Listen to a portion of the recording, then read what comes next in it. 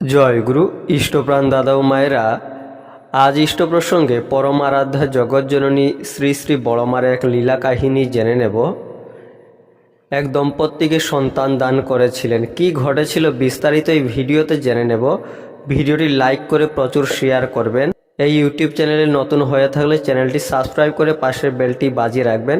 ফেসবুকে দেখে থাকলে পেজটি অবশ্যই ফলো করে ভিডিওটি শেয়ার করবেন। এবারে বিস্তারিত। জগৎজননী শ্রী শ্রী বড়মা কত দূরদৃষ্টি সম্পন্না এবং গভীর প্রজ্ঞার অধিকারিণী ছিলেন, সেই ঘটনার প্রত্যক্ষ সাক্ষী ছিলেন স্বয়ং লেখক অজিত কুমার গাঙ্গুলি। ঘটনাটি হলো এই, বহু বছর পূর্বের ঘটনা। অসম থেকে এসেছেন সস্ত্রীক প্রমোদচন্দ্র ব্যাপারী। তাঁদের সন্তানাদি নেই। আধুনিক জগতে চিকিৎসা শাস্ত্র এবং গ্রামীণ জীবনের ঝাড়ফুঁক, তন্ত্রমন্ত্র, নানাবিধ কবচ ধারণ, দেবস্থানে হত্যে সব কিছু করে হতাশাগ্রস্ত হয়ে এসেছেন পরম দয়াল শ্রী শ্রী ঠাকুর অনুকূলচন্দ্রের শ্রীচরণে। সন্তান না থাকায় নানাজনের নানা কথা, পারিবারিক যন্ত্রণা তাঁদের জীবনকে বিষময় করে তুলেছে।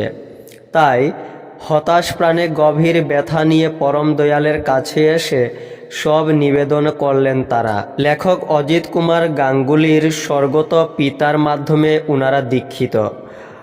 ব্যথাহারী মধুসূদন, শ্রী মধুসূদন দয়াল ঠাকুর তাঁদের সব কথা শুনে বললেন, যা বড় বউকে বল।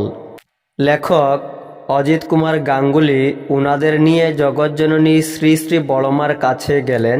জগৎজননী তখন বসে আছেন বর্তমান মেমোরিয়ার বারান্দার পূর্ব পাশের ছোট্ট ঘরে।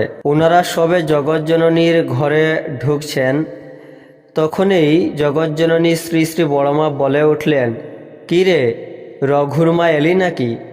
পিছন ফিরে তাকিয়ে ওনারা দেখলেন তিনজন ছাড়া আর কেউ নেই। ওনারা তিনজনই ছিলেন। লেখক অজিত কুমার গাঙ্গুলি বললেন, না বড়মা, আমরা তিনজন এসেছি আপনার কাছে কিছু নিবেদন করতে। শ্রী শ্রী বড়মা সব শুনে বললেন, ওই তো রঘুরমা। ওনারা আর কোনো কথা না বলে জগৎজননীকে অসংখ্য প্রণাম জানিয়ে চলে এলেন। যথাসময়ে প্রমোদ ব্যাপারী সস্ত্রীক আনন্দে ডগমগ হয়ে পরম দয়ালের আশীর্বাদ নিয়ে নিজ ঘরের দিকে যাত্রা করলেন। এর কিছুদিন পর তাঁদের এক পুত্র হল। পরম দয়াল নাম রাখলেন রঘুনন্দন।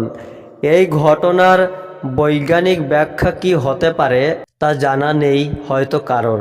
অজিত কুমার গাঙ্গুলি লিখলেন, তবে তাঁর সান্নিধ্যে থেকে যতটুকু বুঝেছি, পরমা প্রকৃতি মা আমার ইচ্ছে করলে ভক্তের মনোবাসনা পূরণ করতে পারেন।